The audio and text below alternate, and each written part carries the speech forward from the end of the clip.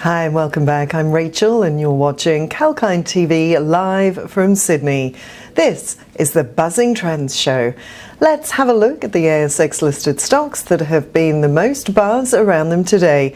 The S&P ASX 200 ended Friday with a fall of 0.8%. Even though April 2021 was the best month for Australian market in the last 5 months. The ASX started the new month with a gain of 25.70 points to 7,051.50 at 11:42 this morning, Australian Eastern Standard Time. Most of the sectors are in the red, with financials being the best performer. Let's have a look at some major news affecting the ASX.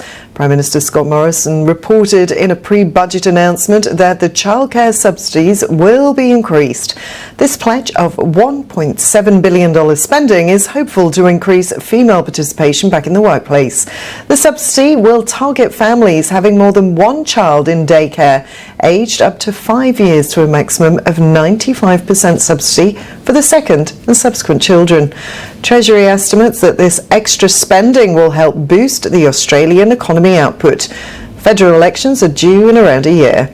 Moving on to the next big news now, BMPL player headquartered in the US but listed in Australia, Sezzle, has announced its IPO plans for the US market on Friday.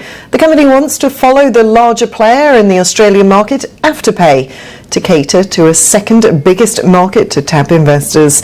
This listing will open up the door for easy access to capital and greater multiple towards growth for the company.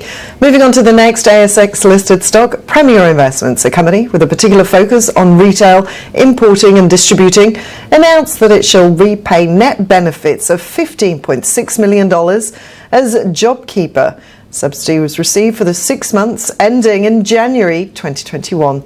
At its half-yearly results, the company earned a profit of $188 million, nearly double the prior corresponding half.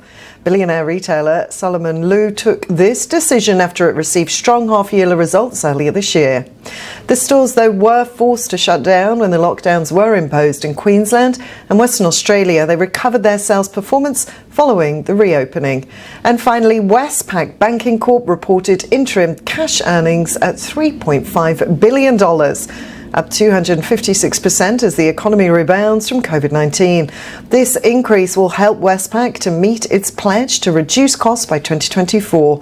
This will be possible to be achieved by a shift to digital banking, which will ultimately lead to branch reduction and increase in products sold. That's all for now. Stay tuned with Kalkine TV for more live market updates. We'll be back with more news on the markets, the economy and diverse sectors and themes. I'm Rachel Jones, signing off for Kalkine TV.